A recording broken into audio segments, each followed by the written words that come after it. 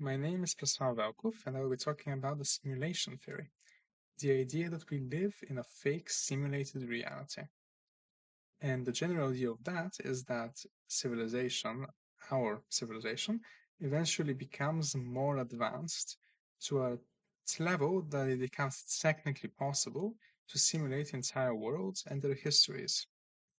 It sounds a lot like science fiction or a conspiracy theory. But it can also be looked at through a different way, which opens up other questions about our existence.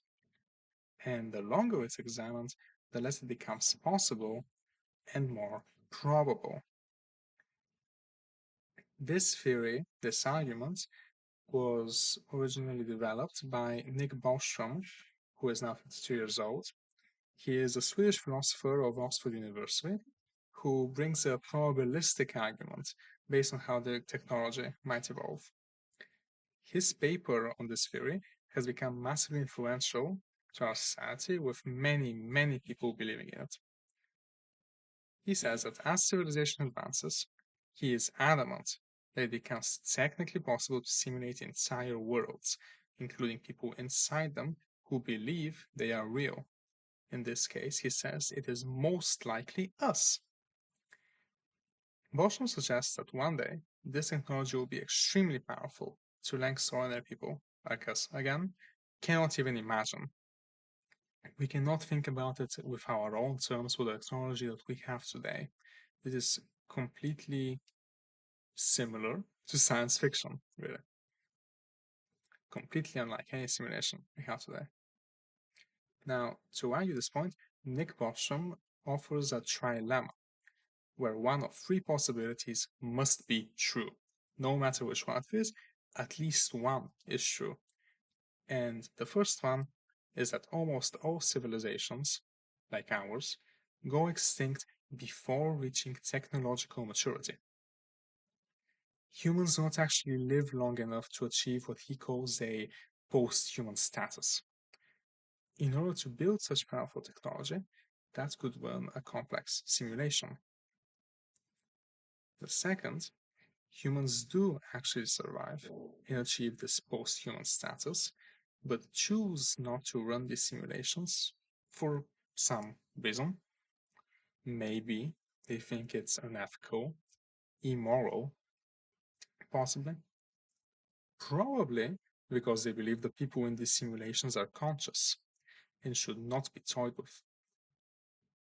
That these people are coded in such a way that they are so detailed enough that when simulated cannot be separated from real people.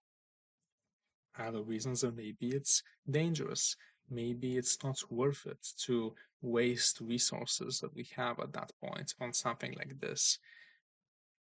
Or maybe it's just not something that they're interested in. Maybe they are so advanced that they just have no use for it, really. Maybe they would rather be spending their time on something else, on art, or anything really, just not this, for any purpose, really.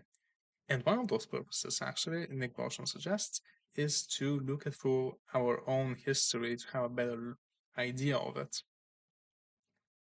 Now, Bostrom believes that these two concepts are not believable enough.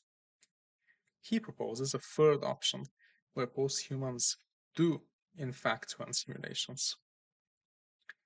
We reach technological maturity and do have interest in using our resources to run ancestor simulations, he calls them. And if they do, they are probably running hundreds, thousands of simulations.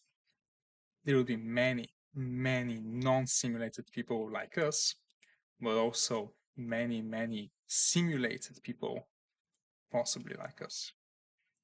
People with our kind of experience will be living in simulations rather than outside of them.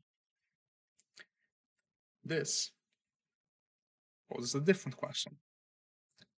When simulated people heavily outnumber real ones, it becomes less and less likely that our reality is the one true one. We would think of it much more probable that we are one of these simulated people based on probability alone. Now, for the simulation hypothesis to work, the simulated beings most likely us, would have to be conscious. But we do not know if consciousness can be created by pure computation. And if consciousness does depend entirely on biology, then the simulation argument collapses. And that's the key. The world we live in does not need to be made up of billions and trillions of atoms, and it is not. um, Truly, the only component necessary to run a proper simulation is for its inhabitants to believe they are conscious.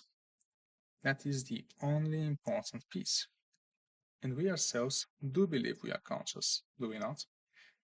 We generally think we are real, even if we have doubts about it at times, even not in the modern age, but much, much before that, where we believe that maybe some things are a trick of the mind, that some things we touch we are not truly touching, that we are maybe even a dream, or we're being deceived by our own senses.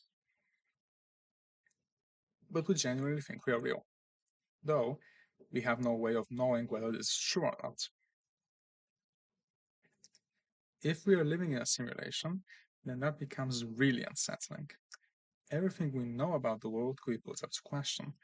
Everything we believe we can touch, like the previous example, we do not.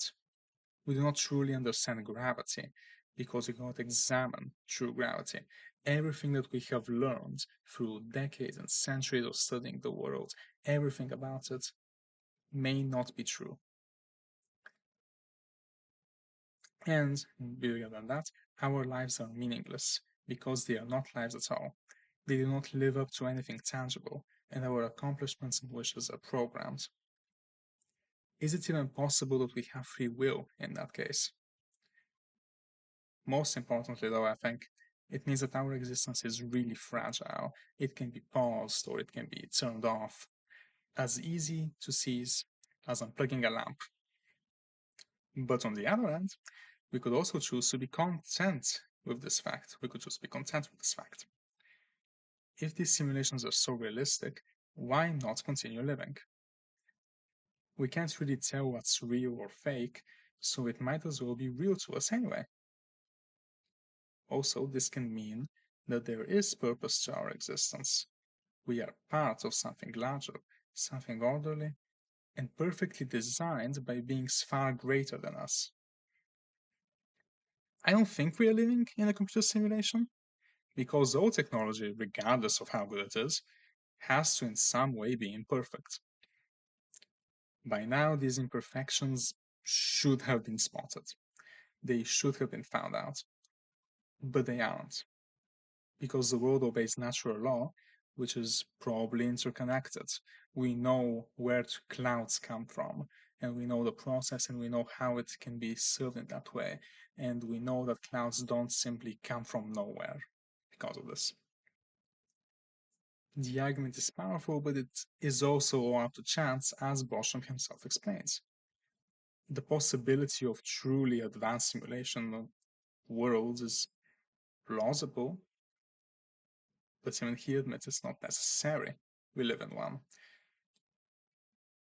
He also doesn't even say, even if the third option from the trilemma is the one true one, he doesn't actually say that it has to be right now. The idea that we are in a simulated world is only part of it, which can be absent. But we can never really know whether we do. There is no true answer, only the high possibility that we are not real. And at that point, whatever we choose to do with that, it should be entirely up to us, but we'll probably never really know. This is my bibliography, my list of sources, and thank you very much.